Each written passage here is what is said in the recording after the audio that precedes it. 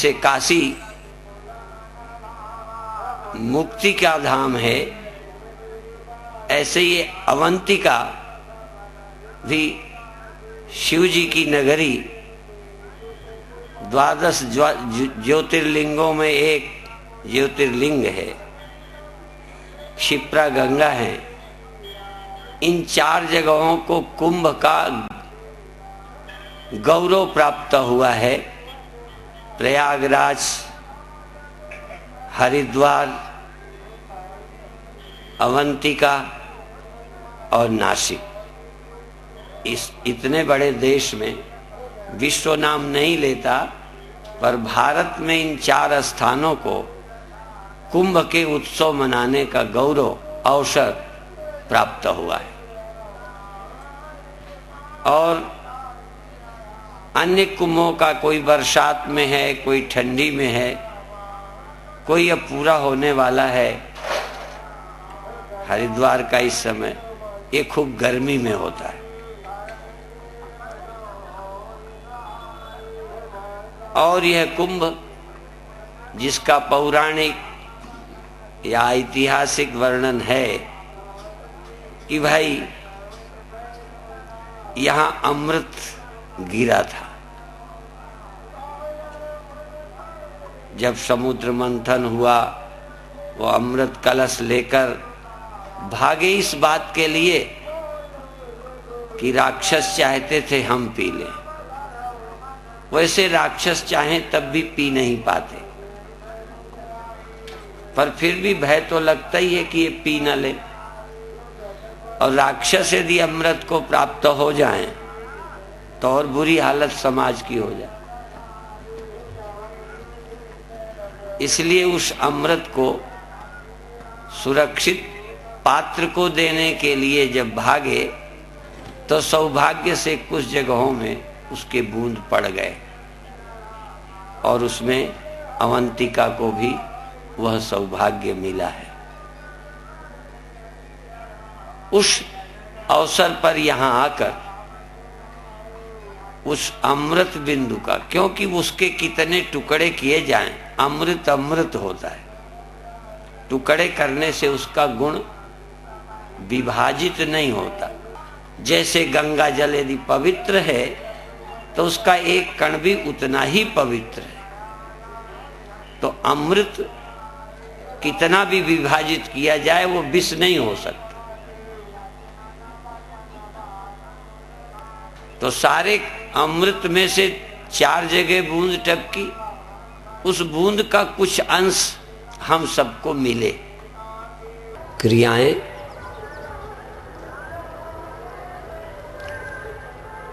शरीर की क्षमता के अनुसार खड़े होकर, बैठकर और लेटकर। पेट की क्रिया, पीठ के बल लेटकर दोनों पैरों को मोड़कर, फैलाकर भी है, मोड़कर भी, ऐसे मोड़ के लेट जाए। अभी करें नहीं, क्योंकि अभी मैंने देखा कल थोड़ा फासले से बैठे थे, तो इसीलिए मैंने सोचा था कि लेटने की क्रिया कराएंगे, पर कल की तुलना में आज घने हैं। तो ऐसे लेटना और श्वास को लेटे लेटे बाहर निकालना। जब श्वास निकालना पेट पिचकता जाए, मूलाधार खींचता जाए। जैसे खड़े उड्डयन करते हैं, लेटे लेटे लगभग उड्डयन बंध की तरह मूल बंध लगाएं। तो ये बार बार श्वास निकालना, पेट को खींचना, मूलाधार को खींचना, थोड़ी देर के बाद श्वास छोड़ना, फिर खींचना, फिर छोड़ना। इस तरह करने से पेट संबंधी सभी रोग ठीक होते हैं। और मूलाधार के खींचने से कुंडलनी जागने की भी संभावना रहती है। पर यह क्रिया बहुत भरे पेट में नहीं की जानी चाहिए। खाली पेट में। फिर इसी को कई तरह से करते हैं, भस्त्रिका की तरह भी, जैसे लेटे हैं या बैठे हैं या खड़े हैं।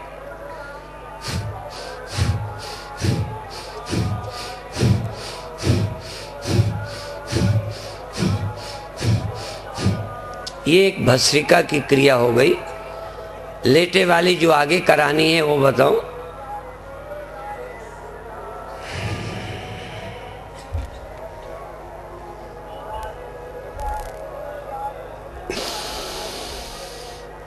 श्वास वापस ले ली,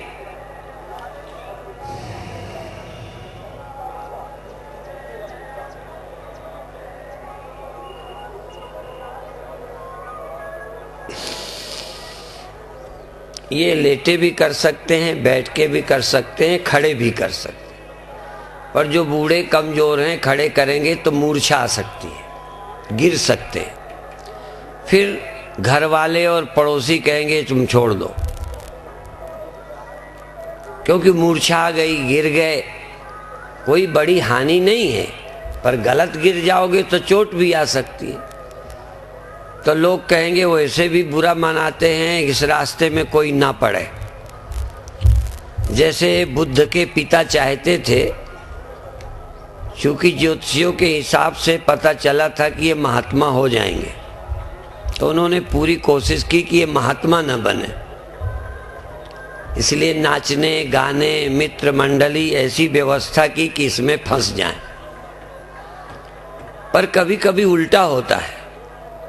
यदि व्यक्ति का मन सच्चा हो तो जितना रोको उतना उसके विरुद्ध मन होता है। तो इस क्रिया को खड़े होके भी भस्त्रिका को और 4-6 उड्डयन खड़े भी कर सकते हैं। श्वास निकालना, पेट को पीठ की तरफ खींचना और फिर श्वास भर के नॉर्मल होना। ये 2 क्रियाएं, पहले भस्त्रिका फिर उड्डयन।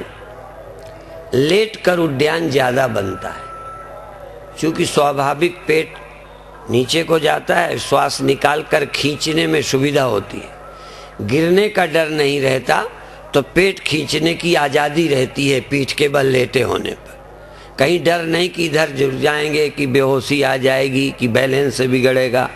जितना चाहो पेट को खींचो।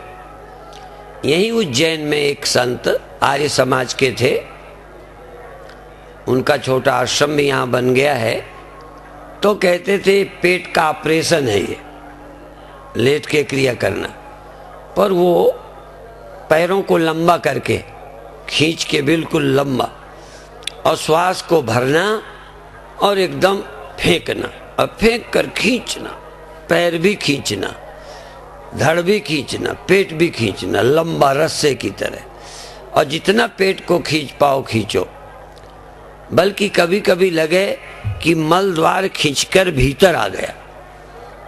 जैसे कई लोगों को बाहर को हो जाता है, इलाज भी करना पड़ता है, किसी के मल स्थान बाहर को निकल आते हैं। प्रजनन के बाद कई बार पशुओं के भी इंद्रियां बाहर को निकल पड़ती हैं, तो इससे ये रोग भी नहीं होता। तो जितना खींचें बाहर के बजाय जैसे सिकुड़ के अंदर आ गए।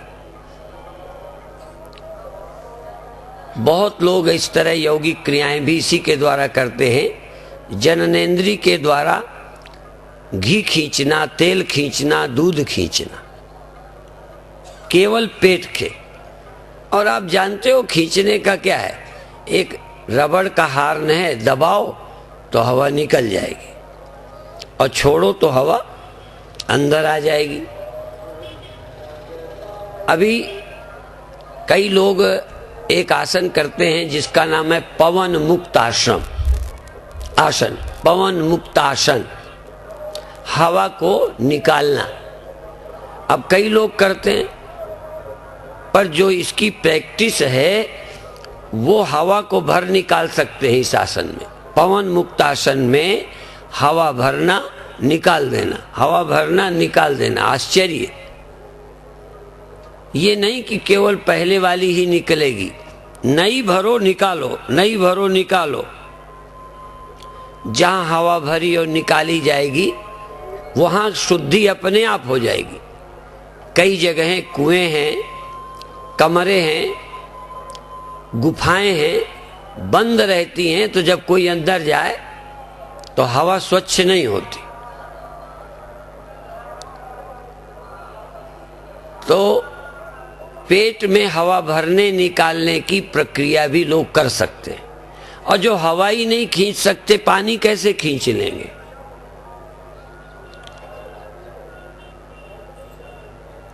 लोग तो, हम इसी छिप्रा में किसी समय हमने बस्ती की है, पानी को नौली के द्वारा पेट में खींच लेते थे और बाहर जाकर साफ कराते थे, जैसे अनीमा डॉक्टर लगाते।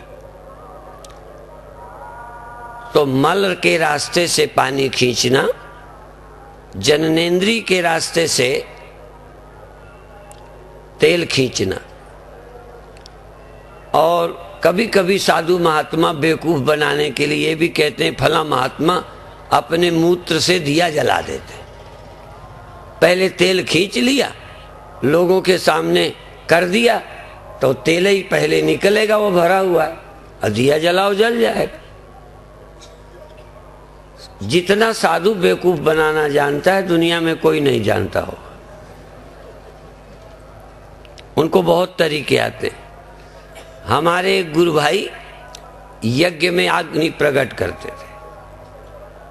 गुरुदेव और हम सब उस समय साथ से गुरुदेव जी के एक यज्ञ हुआ, और उन्होंने लकड़ी रखी और सब तैयारी हो गई, यूं छींटा मारा, आग प्रकट हो गई, तालियों की गड़गड़ाहट, सारी जनता। अब चेले की वैल्यू इतनी बढ़ गई कि गुरुजी को भी उस समय कोई ना पूछे। तब गुरुजी ने डांटा, ढोंगी कहीं की। वो तो सिद्ध अग्नि प्रकट कर दी, वो फास्फोरस में पानी का छींटा डालो, आग प्रकट हो जाती। तो बहुत बाबाओं की दुकान को वैज्ञानिकों ने खत्म करने की कोशिश की है। वैज्ञानिक प्रयोग हैं बहुत सारे। अंधविश्वास की बहुत बातें विज्ञान समाप्त करता है, पर आप जानते हो कि दुखी आदमी को चाहे जो कुछ बताओ वो करने को राजी हो जाए।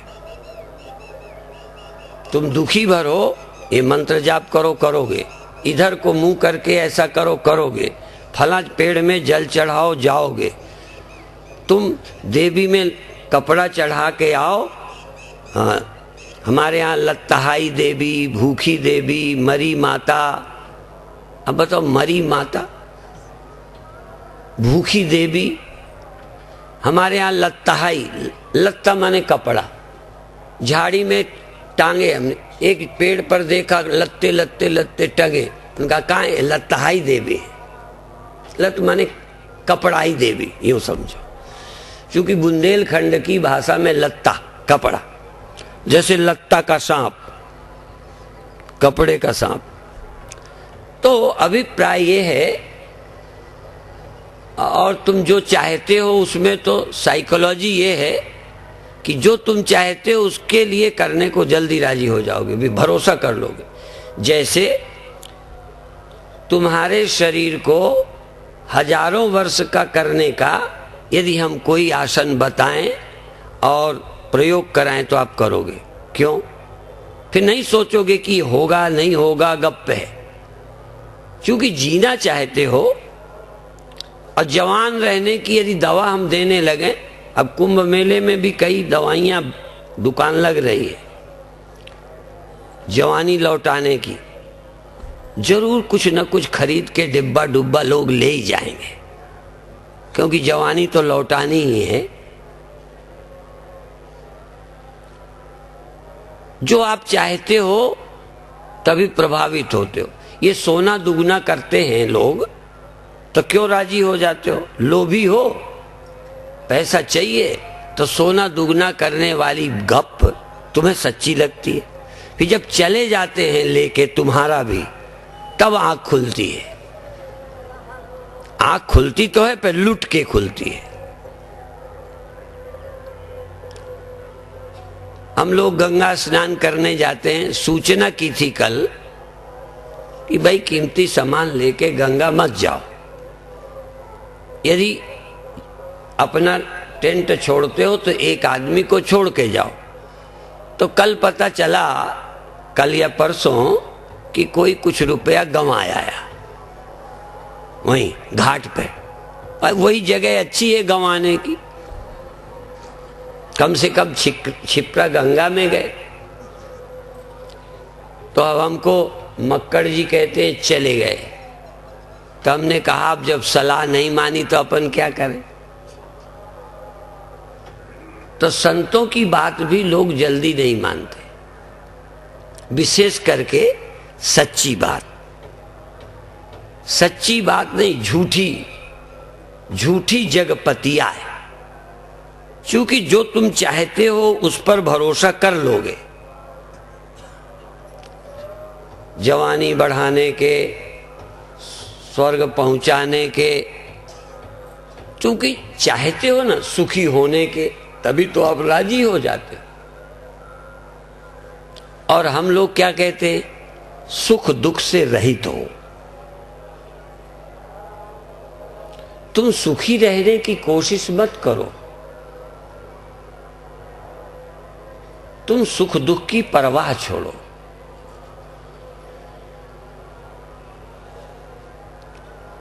सुख स्वर्ग है, दुख नरक है, दोनों से मुक्त हो। न स्वर्ग जाओ न नरक जाओ, आत्मा राम हो जाओ। जो किसी चीज, किसी जगह से, किसी व्यक्ति से, किसी वस्तु से जो चीज मिलती है उसका नाम सुख और दुख है।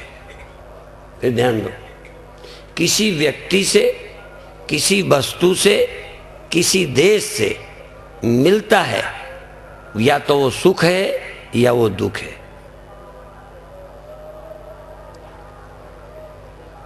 जो बिना किसी व्यक्ति के, बिना किसी वस्तु के, बिना किसी अवस्था के जो है वो आत्मा है। यदि वहां आनंद है तो फिर नित्य आनंद होगा, सदा आनंद होगा, परम आनंद होगा। वो मिलने वाला नहीं है, बिछुड़ने वाला नहीं है। मिलने वाली, बिछुड़ने वाली चीज मैं नहीं हो सकती, क्योंकि मैं से मैं का वियोग नहीं हो सकता, है का है से वियोग नहीं हो सकता। हाँ, है में यदि कोई और है तो उसका वियोग हो जाएगा। जैसे मिट्टी का मिट्टी से वियोग, बोलो, पर मिट्टी का घड़े से संयोग हो सकता है, घड़े का वियोग भी हो सकता है। थोड़ी देर रहेगा, थोड़ी देर नहीं रहेगा। और तुम उसे भी है कहते हो, मिट्टी को भी है कहते हो, घड़े को क्या कहते हो, है। तो जो है आया, जो है गया, वो सत्य है नहीं है। तो जो सुख मिला वो स्वरूप नहीं है, जो सुख गया वो तुम नहीं हो, नहीं जा ही नहीं सकता। तुमको तुम कैसे छोड़ दोगे। तो झूठ ही मिलता है और झूठ ही जाता है, सत्य मिलता नहीं है। हाँ, जब असत्य के राग से, असत्य के द्वेष से छूट जाते हो तो सत्य तुम्हें प्राप्त मालूम पड़ने लगता है।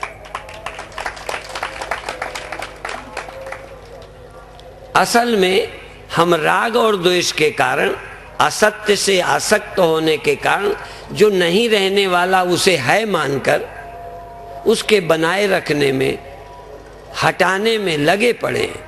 हटाना चाहते हैं जो है नहीं, रखना चाहते हैं जो है नहीं। पर है नहीं, पर है लगता है न लगता तो तुम्हें द्वेष न होता, है न लगता तो राग न होता। स्वप्न यदि तुमको न लगता तो वहां सुख दुख न होता।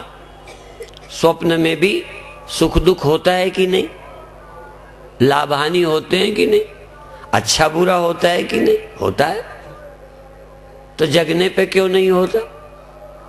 क्योंकि झूठ का मतलब ही है कि जब तक सच्चा लगेगा तब तक प्रभाव पड़ेगा, जहां होश में आए वो गया। अभी जो तुमको सुख दुख होते हैं ये सब झूठ है, पर तुमको लगता है सच्चे हैं। इसीलिए गोस्वामी जी कहते हैं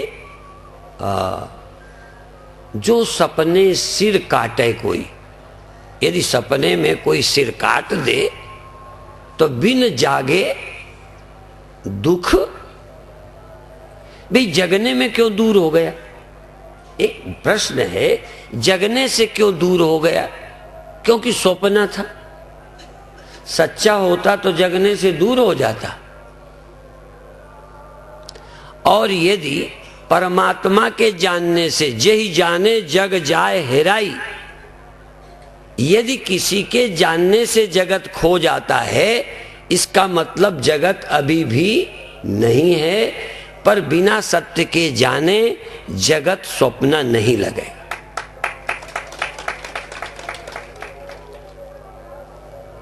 सिर कट जाए सपने में तो बिना जागे दूर हो जाएगा?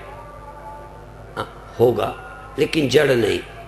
देखो वो भी बताओ, तुम सपने में दुखी हो, सिर कट गया, थोड़ी देर दुखी रहे, रोते रहे, परेशान रहे, थोड़ी देर के बाद फिर गहरी नींद आ गई। ऐसा होता है। गहरी नींद आ जाए तो भी सपना गया, और जग जाओ। ऐसे ही यह जगत का दुख या तो नींद में नहीं रहता या सत्य के ज्ञान में नहीं रहता। सत्य के जानने का, सारे जितने पंडाल हैं, भगवान का सुमिरन करो, भगवान का नाम जपो, भगवान को पाओ। भगवान माने क्या? सत्य। जो सत्य नहीं है वो भगवान नहीं है। जो सदा नहीं है वो भगवान नहीं है। भगवान की याद करो, दुख जाएगा। सत्य को जानो, झूठ चला जाएगा। यह जगत जन्म और मरण भगवान के स्मरण से क्यों जाता है? क्योंकि सत्य के स्मरण न होने से ही है। स्वप्न जगने से इसलिए जाता है कि नींद के कारण दिखता था, अज्ञान से दिखता था, जागे चला गया। अच्छा, स्वप्न में कोई चोरी कर रहा था, स्वप्न में, और जग गए तो चोर मिलेगा? अच्छा, तुम नींद में थे, तुम्हें पता भी नहीं था, तुम्हारे घर में चोर चोरी कर रहे थे, तो जगने भर से बोलो चले जाएंगे।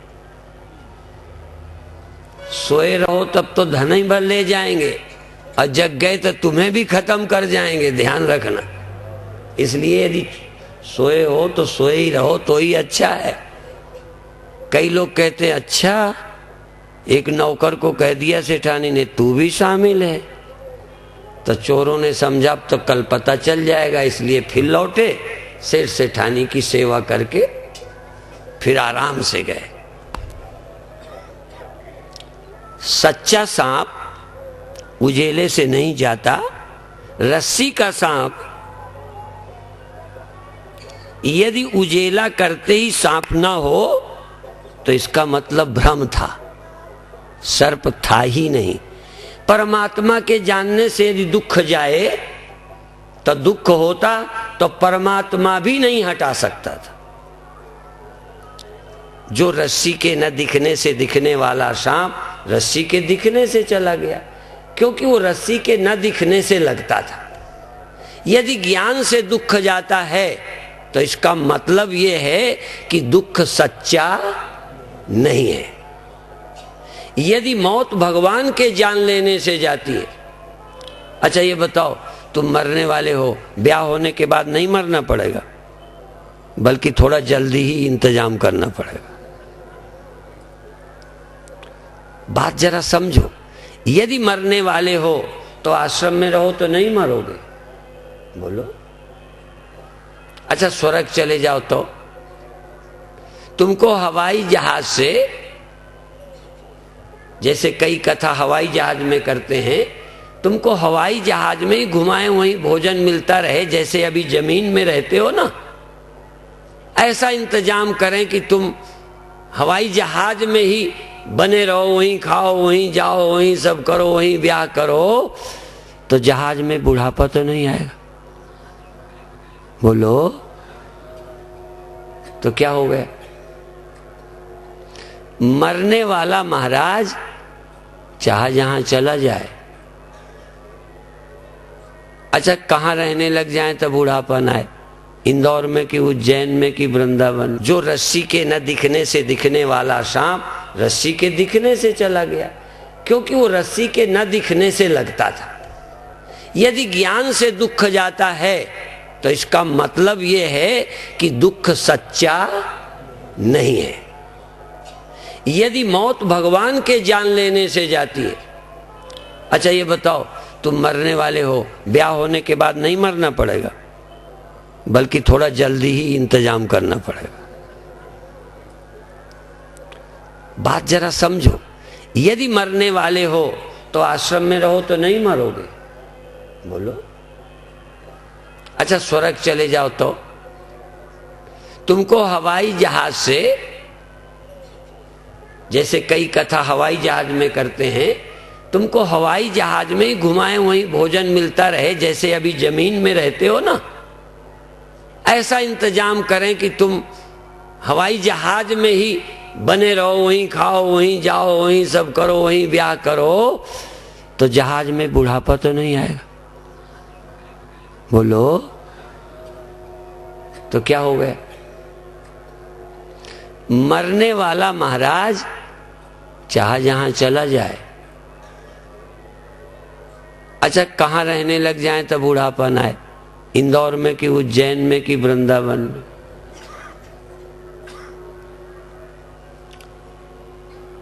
यदि तुम मरने वाले हो तो अविनाशी भी तुम्हारे घर रहता हो, तुम्हें कैसे अमर करेगा? अविनाशी वो है, अच्छा जैसे वो होता है ना, वो ब्याह शादी होते हैं तो एक क्या होता है वो, जिससे जल्दी मर जाते हैं, या पति मर जाता है, पत्नी कौन लगा होता है, जानते नहीं हो? अरे वो बोलते हो ना कि लड़की मंगली है, लड़का। अरे भाई यदि तू अविनाशी है तो लड़की बनी रहे मंगली, तेरे को कैसे मार देगी? और तू मरने वाला है, न मंगली हो तो तू अमर हो जाएगा। जरा गहराई से देखो। अच्छा तुम्हारी शादी, चलो चाहे पुरुष हो चाहे स्त्री, तुम्हारी शादी अविनाशी से कराए देते हैं, पर तुम आदमी हो, तुम्हारी भगवान से, शंकर से करा देते हैं, ठीक है? तुम्हारी अरे बहुत किसी भागवती देवी से करा देते हैं, जो लाखों लाखों साल तक जिंदा रहने वाली है, पर तुम्हारी शादी करा देते हैं, तो तुम अमर हो जाओगे,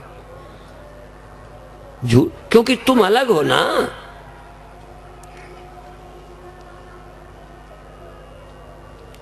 पहले कभी ये जो तर्क है ना, तुम्हारा तर्क मूर्खता में लगा पड़ा है, तर्क को अच्छे रास्ते में दो।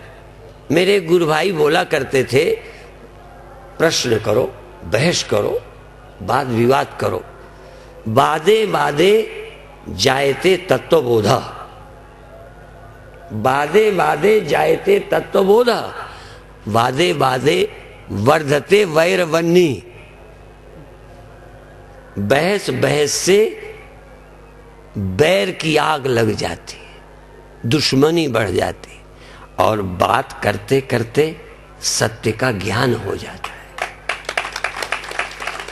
तुम्हारी नीयत क्या है? तुम मुझसे शास्त्रार्थ करना चाहते हो या कुछ समझना चाहते हो?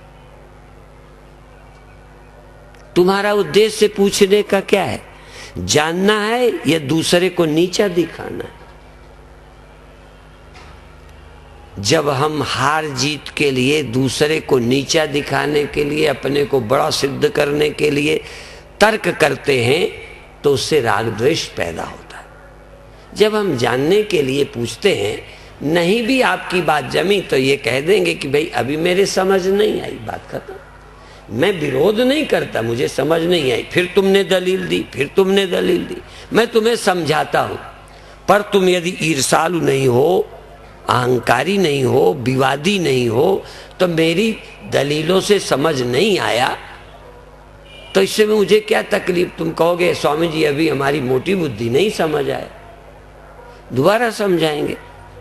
दोबारा नहीं समझेंगे, तिबारा समझाएंगे। पर गड़बड़ तब है जब कहते हो तुम गलत बोलते हो। अब जो शुरुआत हो गई लड़ाई की, ये मत खराब है, ये मत खराब है, ये पाखंड है। अरे पाखंड है तुम बताओ।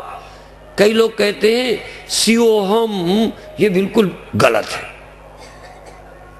ऐसा कहते हैं। और भगवान की दया से हम आमने सामने ही हैं।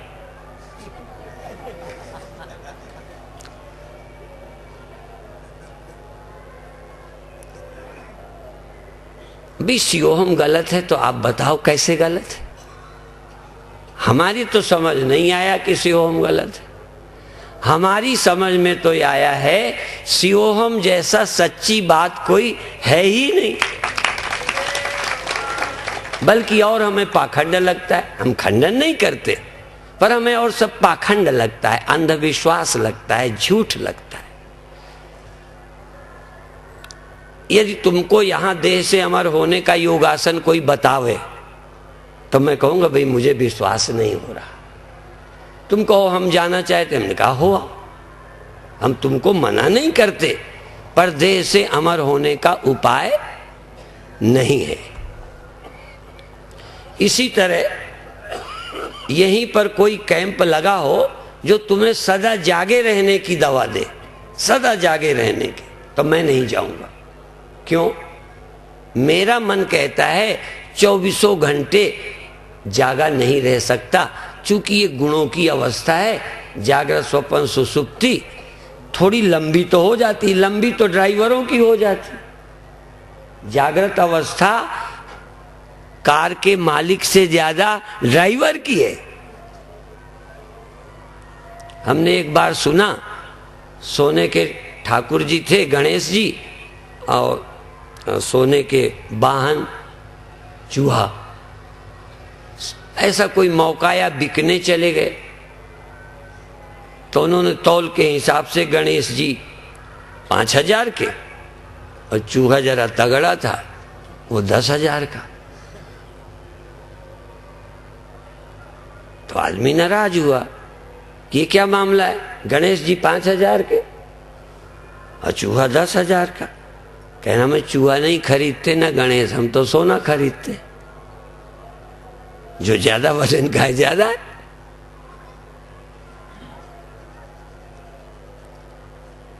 तो तुम अच्छा ज्यादा उम्र वाले पत्नी से, देखो मैं तुमसे पूछता हूं, स्त्रियों से पूछता हूं, चूंकि इनको ज्यादा विधवा होने का डर रहता है। अच्छा, कम उम्र वाले पति से शादी करके तुम्हारी उम्र कम हो जाती तब विधवा होते ही नहीं। मान लो जिसको तुम मंगली हो तो लड़का जल्दी जा सकता है, तो मान लो लड़के की आयु कम है जिससे ब्याह होना है, तुम्हारी ज्यादा है, तो तुम खुश हो? बोलो। मंगली लड़की को तो जो लड़का मंगली ना हो उससे ब्याह करना चाहिए। क्यों? क्योंकि वही मरेगा, अपन नहीं मरेंगे। एक औरत बहुत समझदार थी, पति पत्नी से खूब लड़ाई हो। पति ने एक दिन कहा कि तुम झूठ बोलती, मैं नहीं झूठ बोलती, आप झूठ बोलते हो।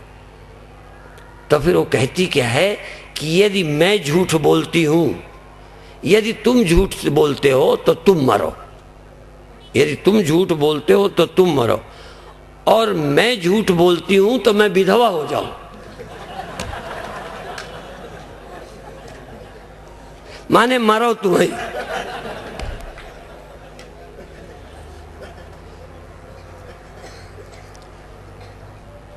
तो नाशी व्यक्ति अविनाशी के साथ रहने लग जाए तो अविनाशी नहीं होता। तुम ब्रह्म स्मरण करने से कैसे ब्रह्म होते हो, कैसे मुक्त होते हो? इसका मतलब सचमुच तुम ब्रह्म ही हो। यदि नहीं हो तो तुम हो नहीं सकते। नहीं समझ में आई बात? घड़ा मिट्टी को पाकर क्यों मृत्यु से छूट जाता है? क्योंकि कहीं ना कहीं वो मिट्टी ही है। एक भ्रम है घड़ा होने का। नहीं, ब्रह्म पा जाओ तो क्या होगा? तुम्हारा पति स्वस्थ हो तो तुम निरोग हो जाओगे। नहीं तो टीबी वाली लड़की को स्वस्थ आदमी से ब्याह कर दे, क्या हो जाएगा?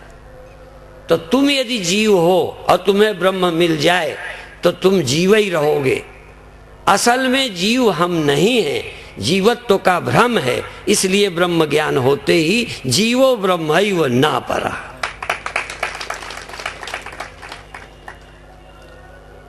और अभी भी देखो, ये 100 महात्मा लगे, यदि तुम देह हो तो तुमको हम जीव और ब्रह्म दोनों नहीं बना सकते।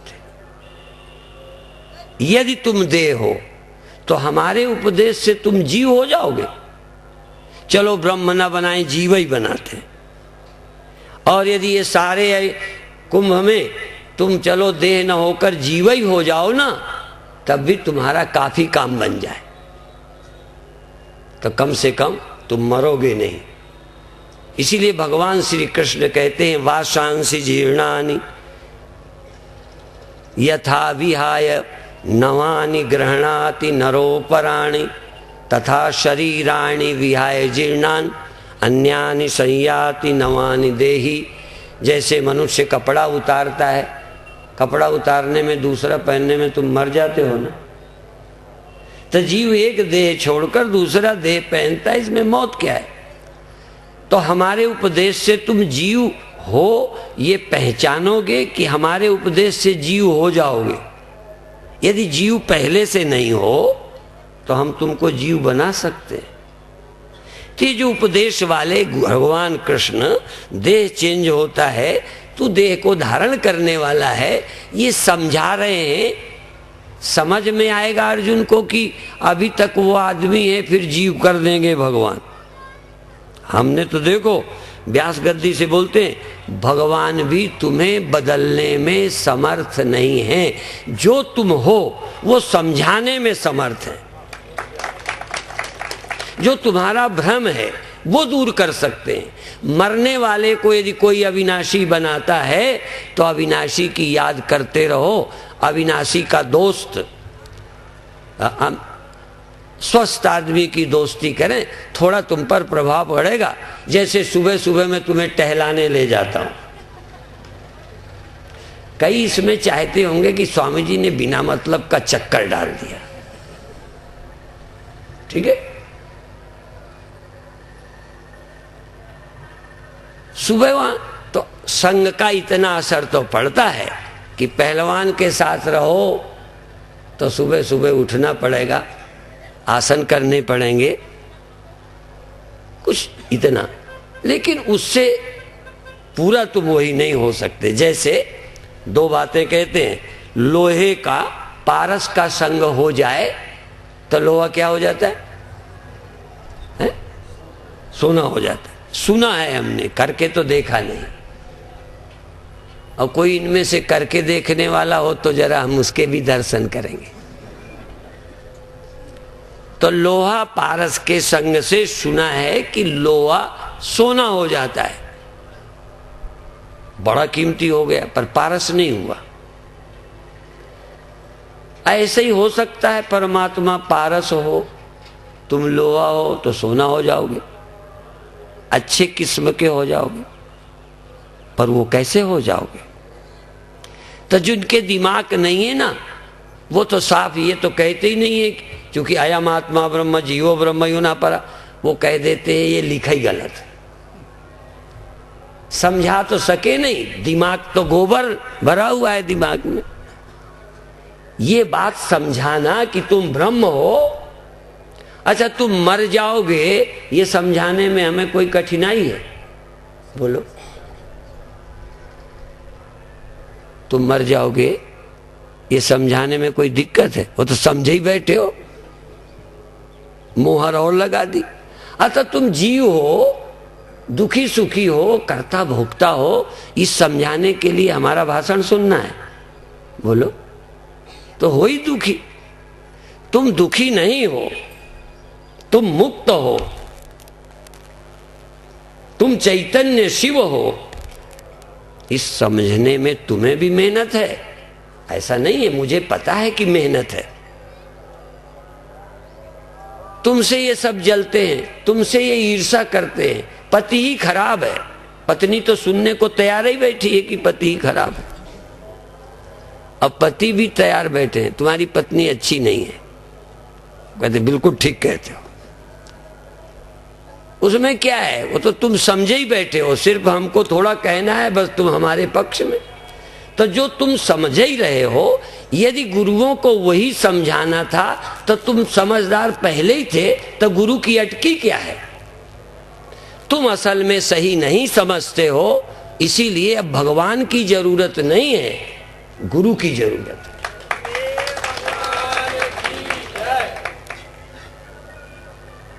जब तुम गलत समझे हो तो भगवान समझाएंगे कि गुरु? हाँ, यदि तुम गलत बन गए होते भगवान के द्वारा, तो फिर उन्हीं से कहते इनको ठीक बनाओ। ठीक है, मरने वाले बना दिया, तुम इनको अविनाशी बनाओ, तुम इनको फंसा दिया, इन्हें छुड़ाओ। पर हम जानते हैं कि भगवान ने नहीं फंसाया। तुम अपनी नासमझी से, अज्ञान से फंसे अनुभव करते हो, इसलिए तुम सच्चा अनुभव करो, उस अनुभव की तैयारी करो। और जो ये समझते हैं कि मेरी समझ अभी कहीं चूकती है, अधूरी है, उन्हें केवल गुरु चाहिए। और जो समझते हैं नहीं, दुनिया ठीक नहीं है, इसे ठीक बनाना है, तो फिर उनको भगवान चाहिए, क्योंकि बनाने का काम उनका है। यदि नाशवान बनाया है तो अब उनसे आंदोलन करो, धरना दो कि मेरे को अविनाशी बनाओ। एक ने बनवाया, आशीर्वाद लिया, वरदान लिया, कौन? प्रहलाद का। हाँ, तुम भी उन्हीं के बाप हो गया।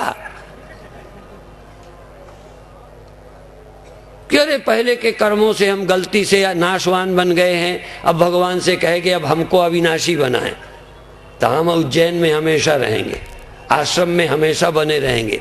बल्कि अभी तो डर है दुश्मन का, फिर दुश्मन का डर भी न रहेगा, कोई चेले हमें मरवा भी न सकेंगे, और हम आश्रम के मालिक रहेंगे, मरेंगे नहीं।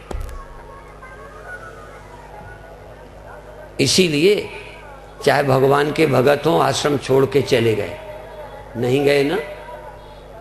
अज्ञानी तो चलो शरीर छोड़ गए, भगवान के भगत तो नहीं छोड़ के गए। भगवान कहेंगे लेते जा, तू मेरा भगत है, बांध ले जा, ले जा अपने लड़के बच्चे समेट के जाएगा। तो नासमझी का इंतजाम, इस नासमझी को ठीक करने का काम जो करता है उसका नाम गुरु है।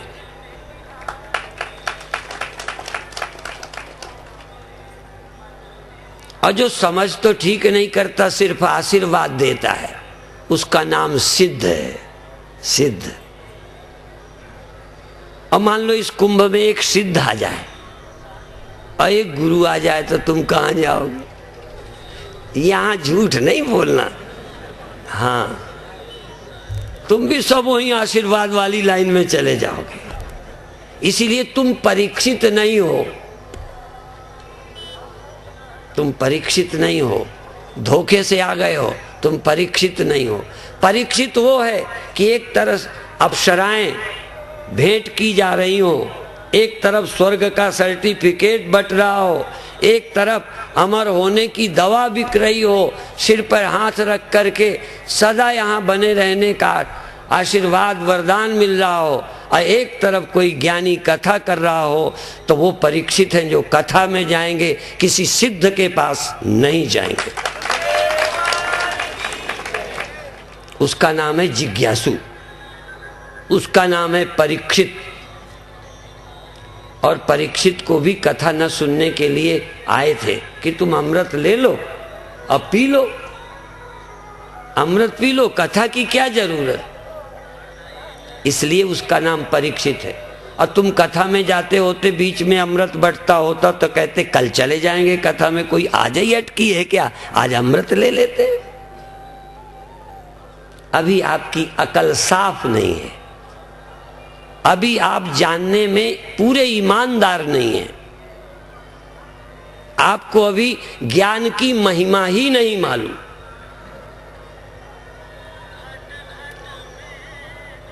गीता में भगवान कहते हैं नहीं ज्ञानेन सदसम पवित्रमिह विद्यते, बहवो ज्ञान तपसा पूता मद भावमागता।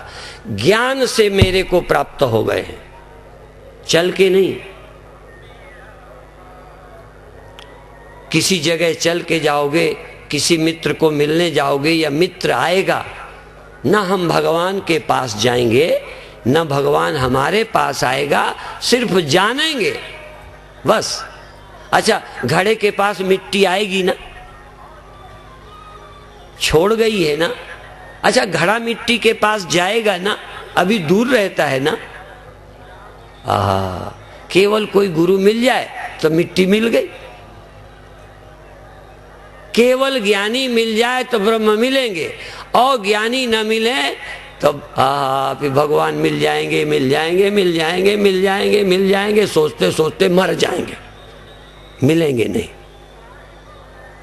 क्योंकि मिला मिलाया कहीं मिलता है, मिले मिलाए का सिर्फ पता चलता है, और पता जो देता है उसका नाम गुरु है। जो पहुंचा देता है, पहुंचाता है।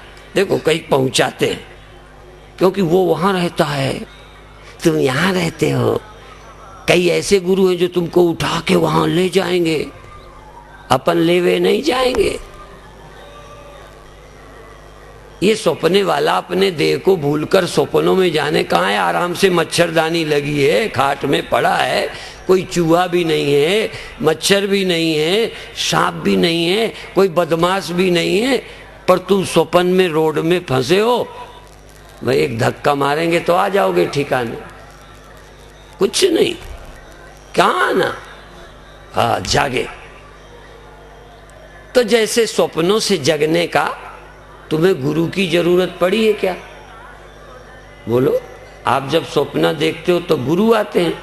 नहीं, एक ही स्वप्न है यह जगत, जिससे जगाने के लिए गुरु ही चाहिए और कोई नहीं जगा सकता।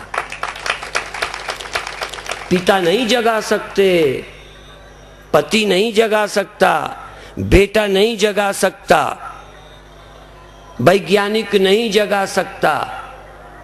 ये जो स्वप्न तुम देख रहे हो, इस स्वप्ने से जगाने का काम जो करेगा, चाहे फिर पति ही कर दे, चाहे फिर भाई कर दे, पिता कर दे, जो जगाने का काम करेगा उसका नाम गुरु होगा। और जो जगाता नहीं है, पति हो सकता है, मित्र हो सकता है, तुम्हारा सहयोगी हो सकता है, दयालु हो सकता है, चाहता वो भी है कि तुम्हारा दुख चला जाए, इसलिए दया करता है, गरीबी हटाता है, प्यार देता है कि तुम प्यार नहीं मिलता तो दुखी रहते हो, कई प्रेम से वंचित हैं, इसलिए प्यार दे दो। तो और जो कुछ देता है वो आपका हितैषी तो है, पर हित कर नहीं सकता, क्योंकि उसे जगाना नहीं आता। उसे खुद ही पता नहीं है कि इसकी समस्या संसार नहीं है, इसकी नासमझी है। क्या तुम्हें पता है कि हमारी सारी समस्या हमारे दिमाग की है? पता है? सारी समस्या आपका दिमाग है और सारी समस्या का समाधान आपका दिमाग सही होना है और कुछ नहीं। और अर्जुन को भगवान क्या कर रहे हैं? सेना तो पहले ही आ चुकी है, कृष्ण अपने आप इनकी तरफ है। गीता सुनाकर कृष्ण इधर आने वाले हैं कि उधर जाने वाले हैं? बोलो। बाकी तो सब हो पड़ा है, ये भी गीता काहे चल रही है? गीता ज्यादा भगवान कृष्ण ज्यादा ईमानदारी से साथ देंगे, अभी बेईमानी कर रहे हैं। और इनके कृष्ण के गीता सुनाने के बाद कौरव पांडवों का दिमाग ठीक हो जाएगा, लड़ना बंद करेंगे। फिर गीता किस लिए? गीता सिर्फ अर्जुन का दिमाग ठीक करने के लिए, अर्जुन की सोच बदलने के लिए। तुम्हारे घर वालों को अमर कोई महात्मा करने वाला है? कोई तुम्हें रुपया बांट के जाने वाला है? समाधान एक है, परमात्मा की सच्ची समझ, और सारी समस्याओं की जड़ है परमात्मा का विस्मरण। इसलिए आप भाग्यशाली यदि हो तो पहले तो ये कि मार्ग एक है, न अन्य पंथा, न अन्य पंथा विद्यते ऐनाय। हाँ, मैं और बता दूं, थोड़ी देर को आनंद में जाने का मार्ग है बिल्कुल है। एक युवक के लिए ब्याह भी कुछ दिन के लिए मस्ती का समय है। एक निर्धन को धनी होना भी अच्छी बात है, नहीं है बुरी बात है। बोलो बोलो। निर्धनता बुरी बात है, निर्धन का धनी होना अच्छी बात है। अनमैरिड रहना अच्छी बात नहीं है। जवानी में तरसते तरसते मरो, अच्छी बात है। जो तुम्हारा ब्याह करा दे, लड़की मिला दे, लड़का मिला दे, पता दे दे, हो जाए शादी, बधाई, सब अच्छे काम है, कोई बुरे काम नहीं है, बिल्कुल बुरे नहीं है। ध्यान रखना, किसी की दुकान नहीं चलती, चरण डालने से चल जाए, 10-50 हजार देकर दुकान धरा दो, चल जाए। अनपढ़े को पढ़ा दो, सब उपकार है, सब उपकार है, नहीं है ना? बोलो। ये सब उपकार है, पर एक उपकार है जो गुरु ही करता है। यद्यपि हम लोगों का अस्पताल चलता है, हम लोगों के स्कूल चलते हैं, हमारे आश्रम है, वृद्धाश्रम है, ये भी अच्छी चीज है। पर यदि तुम ये कहो कि स्वामी जी हम अस्पताल को खर्च सारा दिए देते हैं और हम आपके वृद्धाश्रम को चलवा देते हैं, 4 से तैयार हो जाएं और कह दें आप कथा करना बंद करो, तो हम कह देंगे अस्पताल बंद कर दो, वृद्धाश्रम गिरा दो, आश्रम सरकार ले ले, लेकिन हमारा मंच कोई न ले, क्योंकि यही सच्ची सेवा है। यदि सच्ची सेवा है तो सत्संग है, और सब सेवा करेंगे। आज तुम्हारी दुकान चलेगी, कल छोड़ के मरोगे, आज ब्याह कराएंगे, कल राण हो गए या रणुआ हो गए, उसको अपन भी रोक नहीं पाएंगे। और तुमको जन्म देंगे, लड़का नहीं था, आशीर्वाद देंगे लड़का होगा, या तो पहले तुम मरोगे या तुम लड़के का मरना देखोगे, होएगा कि नहीं? तो किसी का दिया हुआ तुम्हें सुख नहीं दे सकता। यदि कोई दुनिया में देता है सच्चा सुख तो केवल गुरु देता है, और किसी का दिया हुआ तुम्हें अच्छा तो लगेगा। अच्छा, ब्याह कराया था किसी ने तो अच्छा नहीं लगा था? सही बता दो, झूठ नहीं बोलो। अच्छा, भूखे हो, प्रेम से रोटी खिलाएं तो आपको अच्छा नहीं लगेगा? लगेगा, अच्छा लगेगा। इसलिए दुनिया के लोग जो कर रहे हैं जो अच्छा कर रहे हैं अच्छा कर रहे हैं। और एक बेचारा वैसे ही गरीब था, जो लोटा थाली था वो भी रात को चोर ले गए। एक बुढ़िया चित्रकूट गई, पोटरी सिर पे रखे थी, 200-400 रुपया लिए थी, साधुओं के पैर छूती थी, 2 रुपया दे देती थी, गरीब थी। चित्रकूट में कोई ने पीछे से पोटरी उठाई और भग गए। आज समझ में? बुरी बात है ये। किसी का धन छीनना, किसी की हत्या करना, किसी के विवाह शादी में अड़ंगा लगाना, किसी दुकान को न चलने देना, अनुष्ठान करवाना, किसी के काम में धोखा देना बुरी बात है। सहयोग देना अच्छी बात है। पर सबसे अच्छी बात है, अरे क्या है, आज मरेगा कल मरेंगे, ये शरीर तो जाने वाला है, कितने दिन कौन हमारी मदद करेगा। अच्छा सब चेले तुम मिल जाओ, चलो इस स्वर्ण जयंती को तुम ऐसा करना, सब मिल के हमको आशीर्वाद देना। देखो अभी तक अपन देते, तुम हमको देना। क्या कि जुग जुग बने रहें, हमेशा बने रहें।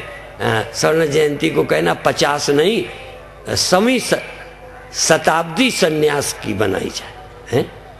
ठीक है, अच्छी बात है। तो आप मिल करके मेरे को 1000 साल का कर सकते हो नहीं? इतने मिलकर आशीर्वाद दोगे, लगेगा ही नहीं।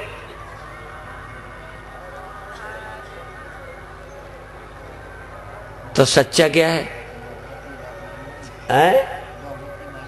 हाँ, बहुमत से सरकार बनती है, पर ये काम बहुमत से भी, अरे सर्वसम्मति से भी होने वाला नहीं है। वैसे तो कई मनाते होंगे कब बाबा खत्म होए तो हमारा कांटा निकल जाए। हाँ, कई संप्रदायों के लिए हम कांटा हैं। आप जानते हो, कथा भी लोग अपने अपने मन के गुरु से कराते हैं। मंदिर वाले मंदिर की पुष्टि वाले की कथा सुनाते हैं, आर्य समाजी मंदिर विरोधी की कथा कराते हैं। मंदिर के खिलाफ बोलूं तो आर्य समाजी मुझे ले जाएंगे कि आप हमारे मंच से बोलो। असल में क्या है, सब लोग अपने मन के कथा कराते हैं, सब लोग मेरी कराएंगे क्या? अभी एक विदेश में 3 लेक्चर सुने और वो कहता है आपकी मैं बड़े स्केल से सभा कराऊंगा और आश्रम बनाऊंगा। विदेशी, क्योंकि वो अभी किसी मजहब में नहीं फंसा। विदेशी असल में कम मजहब में फंसे। जब वो सुनते हैं भगवान क्या होता है तो जानना चाहते हैं, और जो तर्क और दलीलों की खरी कसौटी में कसता है वो उसे मानते हैं। आपको तो हम सिद्ध भी करें तुम मानने वाले नहीं हो।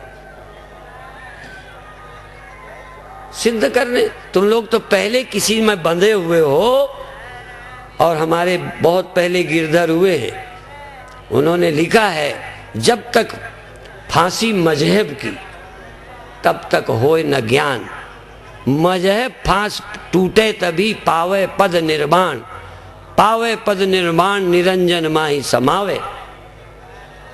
असल में क्या है कि ज्ञान वही ले सकता है जो किसी मजहब में फंसा ना हो।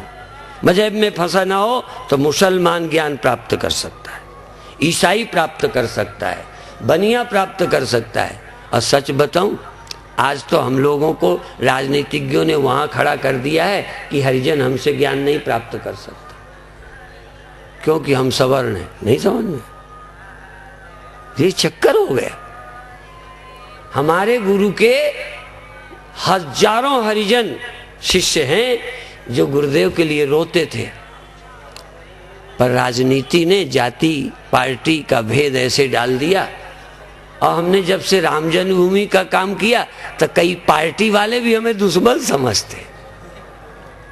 आज भैया हम तुम्हारे दुश्मन नहीं हैं, हम तो मंदिर के पक्षधर हैं। जिन्होंने हमारे स्वाभिमान को कुचला, जिन्होंने हमारे आस्था बिंदुओं को दिखा के तोड़ा और नमूना छोड़ा कि देखो हमारे तोड़े हैं, बना कर दिखाओ। यदि वो ये कह सकते हैं तोड़ा हुआ तुम बना कर दिखाओ, तो यदि तुम हिंदू हो तो बना कर दिखाओ। पर यहां तो तुम लीचड़ हो, स्वाभिमान शून्य हो। तो ये कई लोग कहेंगे ये ब्रह्म ज्ञान की करते हैं, राम की बात करते हैं। एक मेरी छोटी पुस्तक है, राष्ट्र चेतना और अध्यात्म।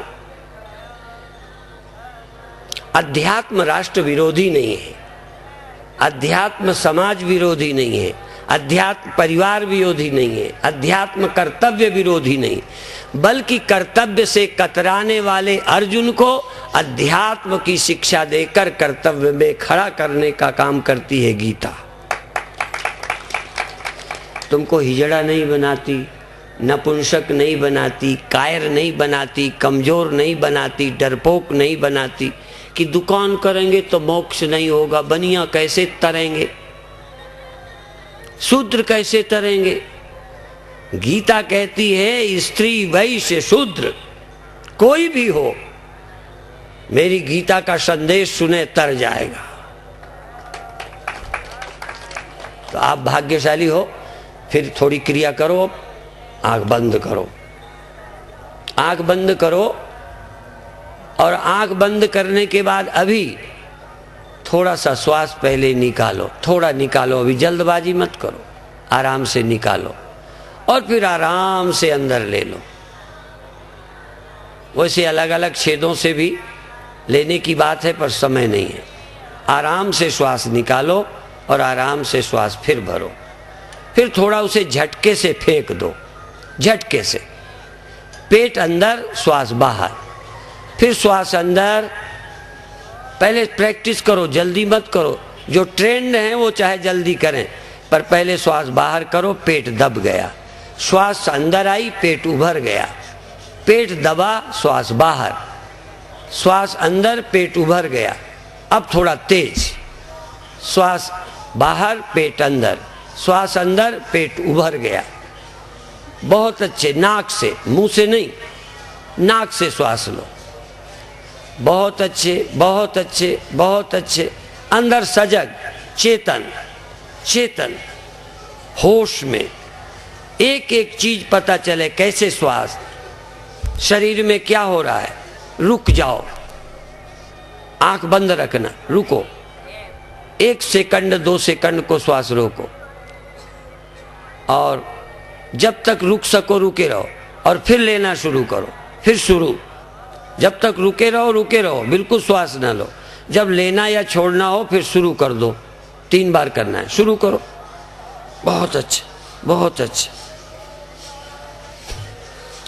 पेट दबता हुआ, श्वास बाहर, पेट पिचक गया, श्वास बाहर, श्वास अंदर, पेट उभर गया। बहुत अच्छे, बहुत अच्छे। रुक जाएं, स्टॉप।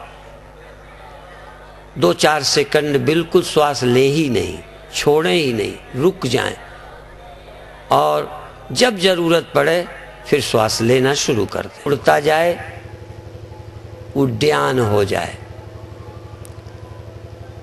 धीरे धीरे श्वास अंदर, खींचने की कोशिश नहीं, निकालते जाएं, निकालते जाएं, निकालते जाएं, और श्वास पूरी निकाल दें। और 2 सेकंड 4 रुक के फिर श्वास अंदर आती जाए, पेट उभरता जाए, शरीर सहज हो जाए, फिर श्वास वापस हो जाए। 2-4 उड्डयन, श्वास पूरी निकल गई, पेट खिंच गया, मूलाधार सिकुड़ गया, अंदर को ऊपर को आ गया, भीतर भीतर भीतर को जैसे खींच लिया, और श्वास निकल गई, फिर रुकी, फिर वापस आ गई। और अब जो जिस पंथ के हैं उस तरह का मंत्र जपेंगे। अब श्वास का प्रयत्न सहज, अधिक नहीं, बल प्रयोग नहीं, श्वास धीमी धीमी लंबी, धीमी धीमी बाहर। मंत्र 3 मंत्र हैं, जिनके मंत्र विभाजित नहीं होते वो बार बार श्वास लेते में दोहराएंगे, जैसे ओम नमः शिवाय, ओम नमः शिवाय। जबान से नहीं बोलेंगे, श्वास लेते रहेंगे, ओम नमः शिवाय, ओम नमः शिवाय बोलते मंत्र लेंगे, श्वास लेंगे मंत्र बोलते, और श्वास निकालेंगे मंत्र बोलते। कोई चाहे तो श्वास में सो और निकालते में हम, कोई चाहे तो रा से श्वास ले, माँ से निकाले। 3 सिस्टम हैं, रा से लेना, माँ से निकालना, सो से लेना, हम से निकालना, धीरे धीरे लेना, धीरे धीरे निकालना। बहुत ताकत नहीं लगाना, लेकिन थोड़ा लंबी करना। देर तक श्वास लेना, देर तक छोड़ना। सो हम, बोलना नहीं है जबान से, बोलना नहीं है श्वास की ध्वनि में। सोहम ध्वनि मन लाओ साधो, सोहम ध्वनि मन लाओ। श्वास सड़क पर चलें संत जन, गगन महल में जाते हैं, सोहम सोहम झीनी ध्वनि में अपनी सूरत लगाते हैं। तो रा म गोस्वामी जी कहते हैं राम नाम मणि जी है धर, राम नाम मणि जी है देहरी द्वार। लेकिन हम क्या कहेंगे, राम नाम श्वास में रमा, राम श्वास में रमा। सो हम राम, या ओम नमः शिवाय, ओम नमः शिवाय, नमः शिवाय, ओम नमः शिवाय, बिना जबान के। एक ही वाणी नहीं है, सुना होगा 4 वाणी है, वैखरी, मध्यमा, पश्यंती, परा। संकल्प से फिर अनुभव करो, अनुभव करो। सुरति को शब्द में मिला दो, शब्द और सुरति का मेल कर दो, शब्द और चेतना एक हो जाए, और अंत में धीरे धीरे चेतना रह जाए। पहले जो कुछ है उसमें चेतना हो। यदि आँख है तो चेतनता है। जैसे घड़ा है तो मिट्टी है, लहर है तो पानी है, आँख है तो चेतना है, कान है तो चेतना है, शरीर है तो चेतना है, जाप है तो चेतना है, शब्द चलता है तो चेतना है। सो हम, सो हम, राम। ओम नमः शिवाय, ओम नमः शिवाय, या अन्य कोई मंत्र। श्वास लेते में मंत्र जाप, जबान से नहीं, इस बैखरी वाणी से नहीं, भीतर की, अंतर की वाणी, अंतर की ध्वनि। सोहम सोहम झीनी ध्वनि में, झीनी ध्वनि में अपनी सूरत लगाते हैं। श्वास सड़क पर चलें संत जन, गगन महल पर जाते हैं, शून्य महल पर जाते हैं। अब पहले शून्य में जाते हैं, प्रकाश में जाते हैं, सुमिरन में जाते हैं, शब्द में जाते हैं, ध्यान लगाते हैं। धीरे धीरे सब खो जाए, जल्दी नहीं, टाइम लगेगा। एक क्षण ऐसे जैसे स्वप्नों से जाग गए, स्वप्न खोया, ऐसे ही हम चेतना में आए, जगत खोया। पहले हम बाहर से भीतर आ जाएं, इंद्रियों में आ जाएं, शरीर में आ जाएं, फिर श्वास में आ जाएं, जाप में आ जाएं। धीरे धीरे सुमिरन का संकल्प, नाम का संकल्प, और कुछ भी नहीं, केवल नाम। और ऐसा हो ही नहीं सकता कि नाम जप हो और तुम ना हो।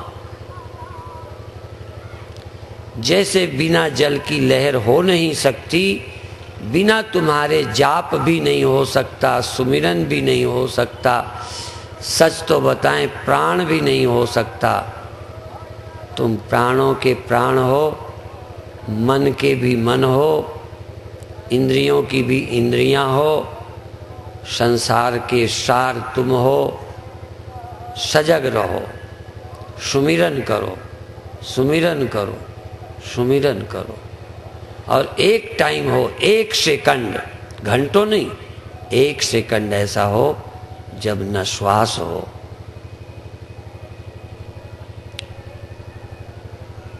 ना कोई और हो, तुम हो। एक टाइम तो हो जहां मिट्टी हो, बर्तन कोई ना हो। एक क्षण तो हो कि जल हो, लहर कोई ना हो। 1 सेकंड तो हो कि जगत ना हो, स्वप्न ना हो, नींद ना हो, तुम हो।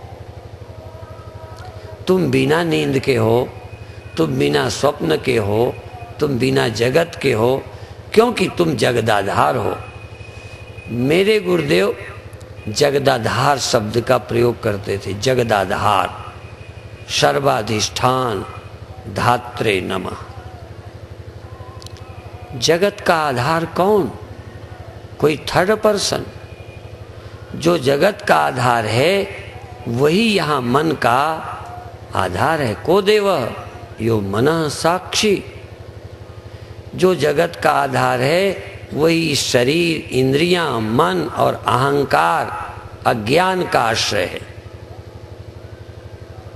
ज्ञान और अज्ञान, स्वप्न और संसार, सबका आधार चेतन।